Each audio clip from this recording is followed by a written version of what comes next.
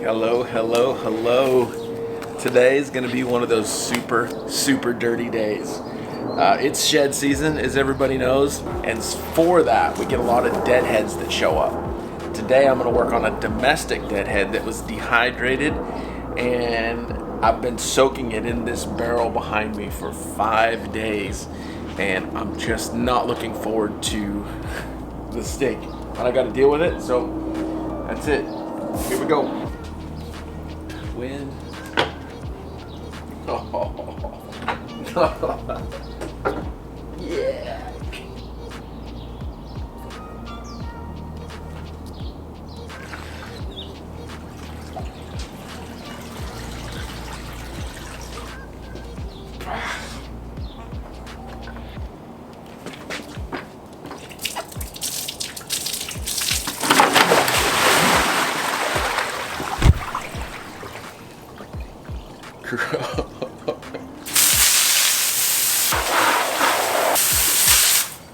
So this ram did, as far as we know, die of natural causes, and it was just dry. It was just super dry. All the skin and everything was just stuck, kind of like it is now. It's been 5 days.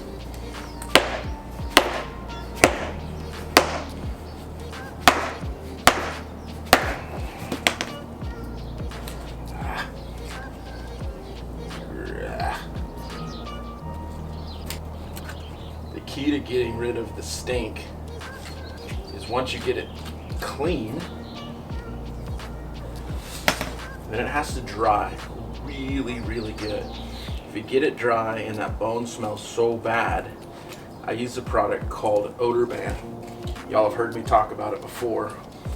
I like to rehydrate it, soak it in Whitebone, and then at some point, a week, whatever, pull it out and let it dry again. Drying is really the key. This thing didn't smell too bad laying there because it was all, covered in fur and dry. As soon as you hydrate it, oh my goodness. Man, this just did not loosen up. Wow.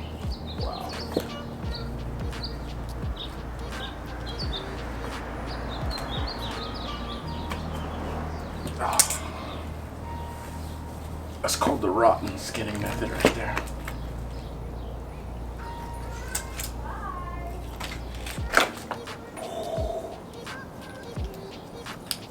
Boy, I'm gonna save myself a lot of work letting that thing soak. Remember, the nasty's only temporary. I honestly think these horns will come off.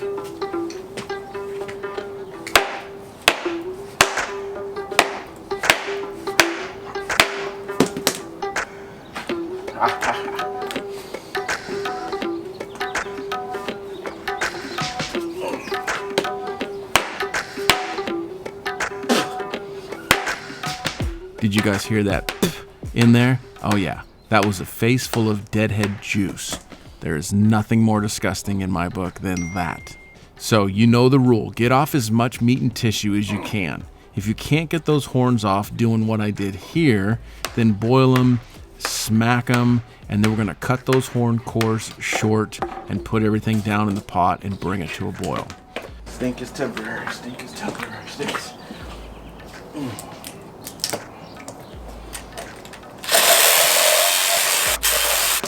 We're gonna clean up, sanitize, and boil. On this particular ram, because 90% of everything is gone, I'm just gonna go right with the whitening mix. So I'm putting a big slug of 40% by volume liquid peroxide and water mix in this pot. I'm gonna bring it to a rip and boil. My hope is I will get it to a lather and it will pull the bugs out of the inside of the skull while loosening what's left of the meat. And then from there, it's whitening and degreasing. And while that's doing its thing, I'm gonna wash the inside of the horns really good, the outside really good with a power washer, and then sanitize my barrel, my area, and then get right to washing. Now remember, Rule number 1 is it needs to be clean.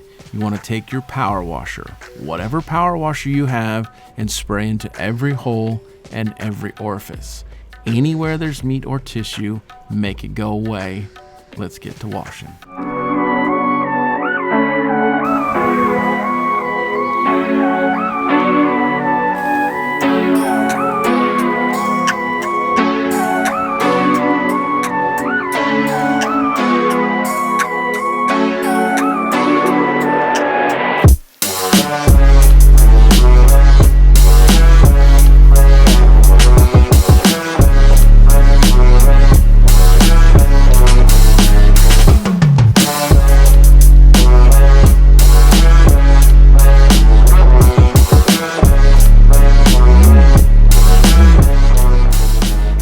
Now, once you've sprayed around, got things clean on that underside there, you can see 2 little knobs or nodules called the auditory bowl. It's like right below the ear butt.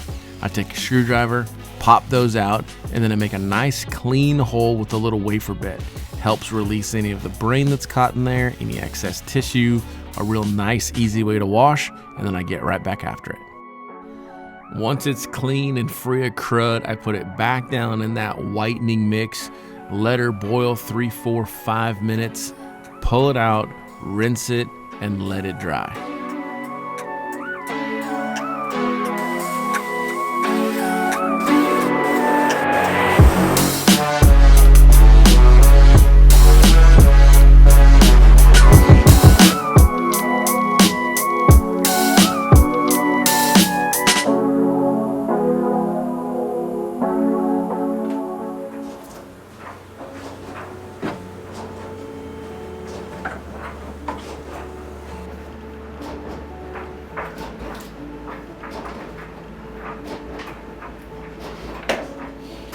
You hear me talk about it all the time, but the key to getting rid of stink is dry.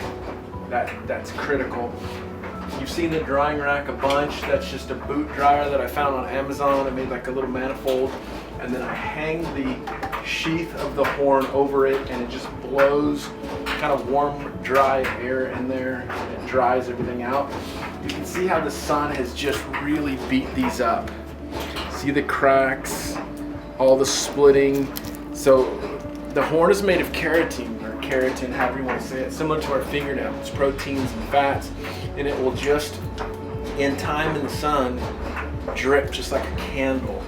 So I don't know how long it's been out. It's been long enough to where it has taken a lot of the really nice color off the horn, and then the skull is done and dry, but you can see it's a bit opaque, a little bit plaquey, I call it.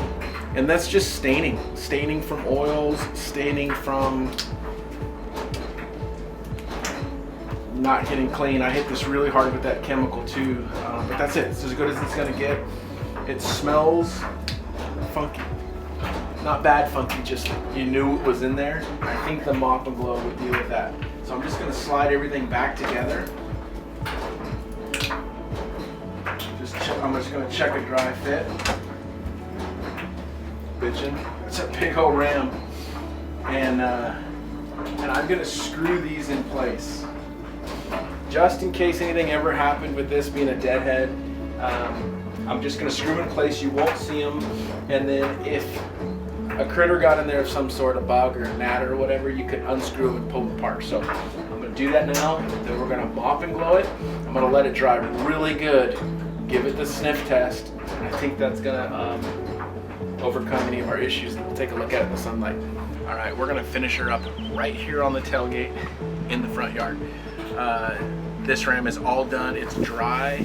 It's beautiful, but it looks to me like a deadhead. Like if I just saw this, I would be like, oh yeah, that one spent some time in the sun. It's not as bright white as we typically get them, but it looks really, really nice. Remember, with a deadhead, typically they're going to be full of bugs and bug hauls and all the little spots, so make sure you're washing in there. I left the nasal cavity in this one because I was able to retrieve the bugs out of there. I got some wool that I mop and glowed on there. But it's just beautiful. Don't be afraid of a deadhead. The key is to get it hydrated, as you know, so you can strip everything off and you have a clean slate. Then the process is absolutely the same as everything else. So, thank you for watching. until next time.